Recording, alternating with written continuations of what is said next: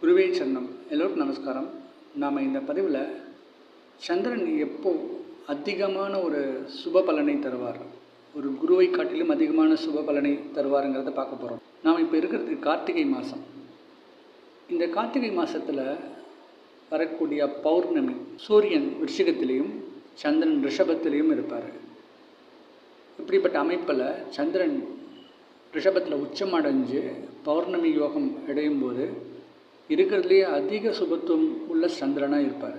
இப்போ எல்லா கிரகங்களை காட்டிலும் ரொம்ப பாசிட்டிவான ஒரு பிளானட்டரி பொசிஷன் அப்படின்னு சொன்னால், இப்படிப்பட்ட யோகம் யாருக்கு இருக்கோ அவங்க தான் சிறப்பான ஒரு அதிர்ஷ்டசாலிகள், ஒரு யோகக்காரர்கள் அப்படின்னு சொல்லலாம். இப்போ ரிஷபத்தில் இருக்கக்கூடிய உச்ச சந்திரன் சூரியனுடைய பௌர்ணமி ஒளியை வாங்கி தனக்கு நேராக இருக்கக்கூடிய 6, 7, 8 இடங்களை சுபத்துவம் பண்ணக்கூடிய ஒரு அமைப்பில் ஒரு குருவை காட்டிலும் ஒரு நல்ல பலனை தருவார் அப்படின்னு சொல்லலாம். அப்போ இந்த பௌர்ணமி காலத்தில் பிறக்கிறவங்களுக்கெல்லாம் ஒரு அரசை ஆளக்கூடிய அளவுக்கு வல்லமை கிடைக்கும். அது மட்டும் இல்லாமல் ஒருவேளை அவங்களுக்கு சூரியனும் சிம்மமும் சுபமாக இருந்தது அப்படின்னு சொன்னால் ஆளுமை திறமையும் அதிகமாக இருக்கும். அப்போ அரசை வழிநடத்தக்கூடிய ஒரு ராஜாவாகவோ ஒரு மந்திரியாகவோ செயல்படக்கூடிய ஒரு நல்ல யோகம் இருக்கும். இவங்களுக்கு பொருளாதார மேன்மை ரொம்ப சிறப்பாகவே இருக்கும்.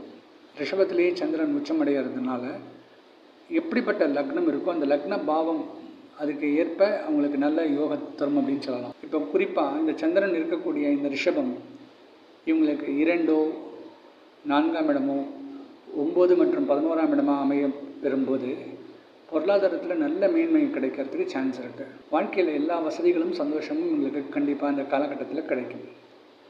அது மட்டும் இல்லாமல் சந்திரன் இருக்கக்கூடிய பாவகத்திலேருந்து 6, 7, 8 இந்த பாவகத்தில் இருக்கக்கூடிய கிரகங்களும் தன்னுடைய தசா காலங்களில் நல்ல சுபமான பலனை தருவார்.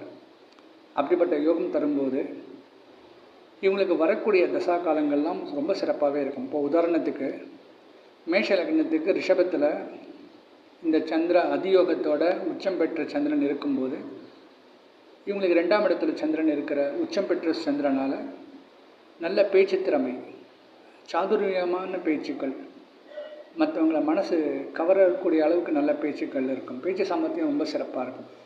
2ஆம் இடம் அப்படின்னு சொன்னோன்னா பொருளாதாரத்தையும் நம்ம குறிக்கிறது. அப்போது எதிர்பாராத அதிர்ஷ்டமும் பொருளாதார மேன்மையும் இருக்கும். இப்படிப்பட்ட அமைப்பில் இந்த 2ஆம் இடத்துல இருக்கக்கூடிய இந்த சந்திரன் தனக்கு 6, 7, 8 இந்த இடங்களில் பார்க்கும்போது லக்னத்துக்கு 7, 8, 9 இடங்கள் சுபத்துவம் அடைகிறது. அப்போ மனைவியால் ஆதாயம், நண்பர்களால் ஆதாயம் ஏற்படும். எதிர்பாராத அதிர்ஷ்டம் 8ஆம் இடம் சொன்னாலே பிஸ்னஸில்